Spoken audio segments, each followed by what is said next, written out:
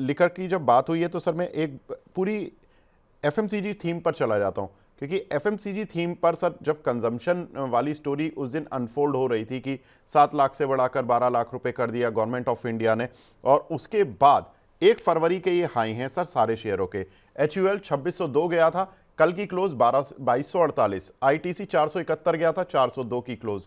Nestle 2374 गया था, 2207 रुपए आ गया है। वरुण बेवरेजेस तो मोर देन 20% टूट चुका है। यूनाइटेड स्पिरिट्स भी करीब करीब 10% टूट चुका है। डाबर करीब 10% टूट चुका है। HUL में भी अच्छा खासा सेल ऑफ देखने के लिए मिला है, मोर देन 10%।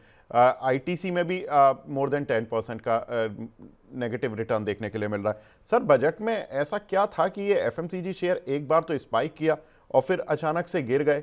कुछ प्रॉब्लम कहाँ है? सर प्रॉब्लम अभी भी मुझे लगता है जो Q3 अर्निंग्स में जो ग्रोथ था वॉल्यूम वाइज वो अभी तक कुछ दिख नहीं रहा है। मुझे लगता है कि अभी भी इंडस्ट्री में volume growth is the biggest concern. Q3 earnings में मुझे दिख नहीं रहा था, वेरी न्यूट्रल टू नेगेटिव ही था।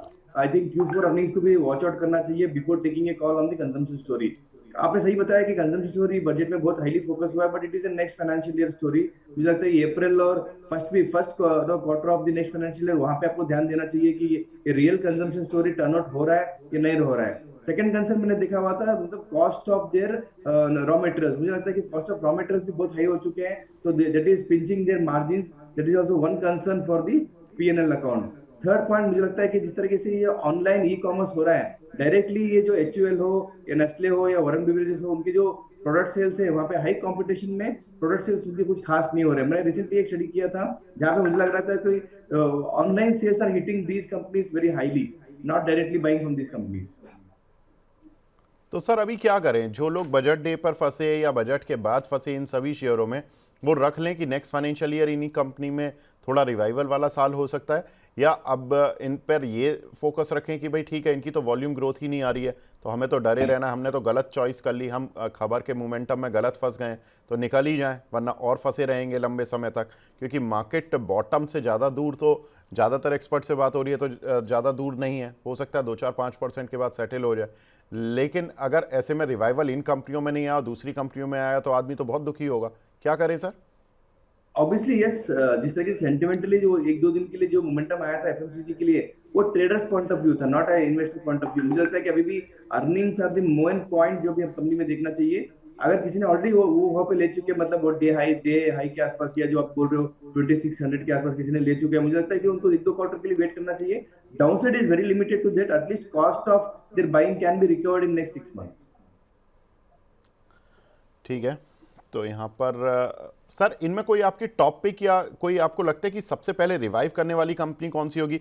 और एक चीज़ और इम्पॉर्टेंट कि जो ये लिकर वाली कंपनीज हैं, क्योंकि लिकर पर हम काफ़ी ड्यूटी लगाते हैं दुनिया भर के देशों पर, उसके बावजूद भी लिकर का कंजम्पशन जो होता है फॉरेन जो लिकर होती हैं उन पर जो लोगों का कंजम्पशन है वो कम नहीं होता है, वो 100-200 रुपये ऊपर नीचे हो भी जाती है, जो ब्रांड जो यूज़ करता है वो ब्रांड वही यूज़ करता है।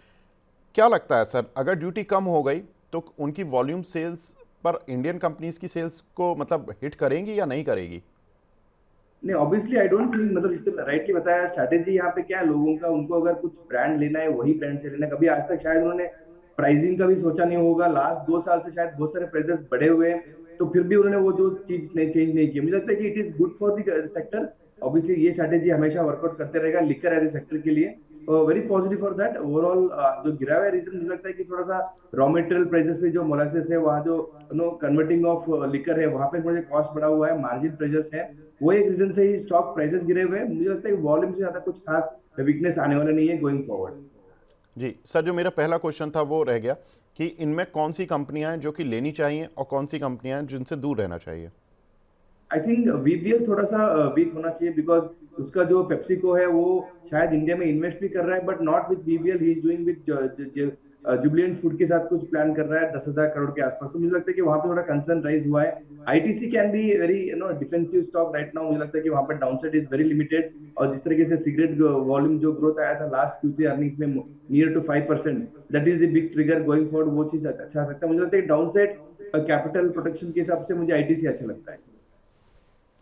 जी चलिए, तो ये एफएमसीजी का लेखा जोखा कि बजट के बाद जो लोग फंसे हैं उनको क्या करना है और किन कंपनीज में आपको इन्वेस्ट करना, कौन सी कंपनी से आपको दूर रहना है। लेकिन अब हमारे साथ दूसरे खास मेहमान भी जुड़ चुके हैं। अंशुल जैन साहब जुड़ चुके हैं, हेड ऑफ रिसर्च हैं लक्ष्मीश्री इन्वेस्टमेंट से। अंशुल जी नमस्कार, गुड मॉर्निंग सर। सर नमस्कार, नमस्कार आपके सभी दर्शकों को। नमस्कार अंशुल जी।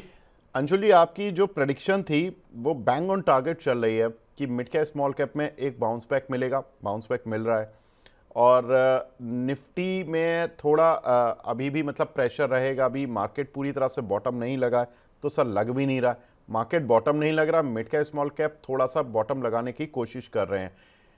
अब आपकी राय बता दीजिए सर, आज क्या है? देखिए सर, सीएनएक्स मिड कैप में हमने डिस्कस किया था कि 51,529 तक बाउंस बैक आएगा। आज 51,555 का हाई बना और वहीं से ये इंडेक्स फिसलता हुआ दिख रहा है।